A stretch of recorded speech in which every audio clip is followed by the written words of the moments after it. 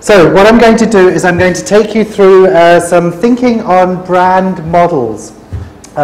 So it's about looking at the way we think about brands in the light of some of the things that we heard this morning and some of the things facing us in market research.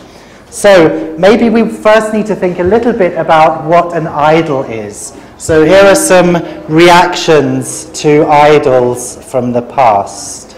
It's without sound, but if you look carefully, I think you can hear what's going on. You can hear the sound in the background. I wanted to spare you the deafening screams of these teenage girls screaming after their idols, from the Beatles to New Kids on the Block to the Backstreet. About idols is that this is in many ways the way we used to think about brands, the perfume brands for the girls. There were the aftershave brands for the boys, the deodorant brands. There were the detergent brands that housewives got really excited about using this detergent brand or that detergent brand.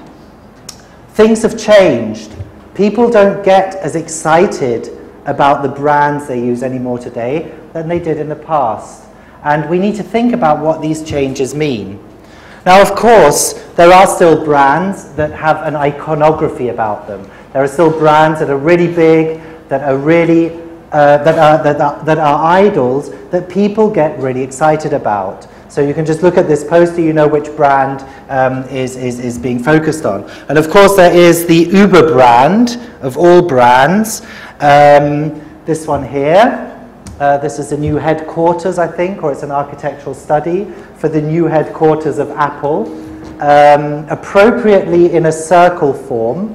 There's actually a novel out, I don't know if you've heard about, called The Circle, which is a bit of a dystopia about the future of transparency of everybody's minds. It's quite an interesting read. I haven't read it all yet, but it's quite interesting.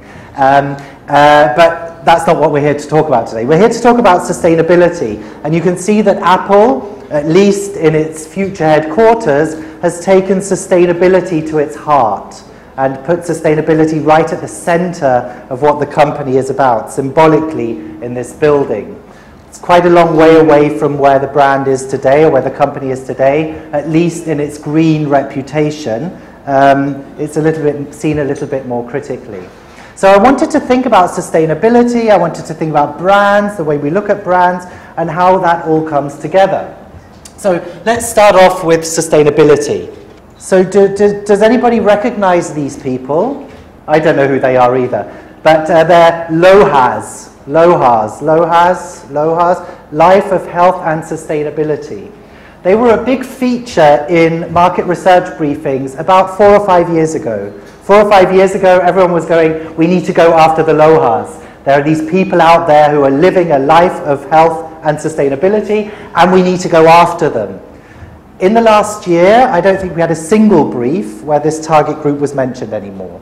So what happened? What happened to the whole sustainable movement? What happened to the whole green movement? 2 years ago, this gentleman here, who you probably don't recognize either, unless you're into German politics, it's not the most fascinating thing to be into.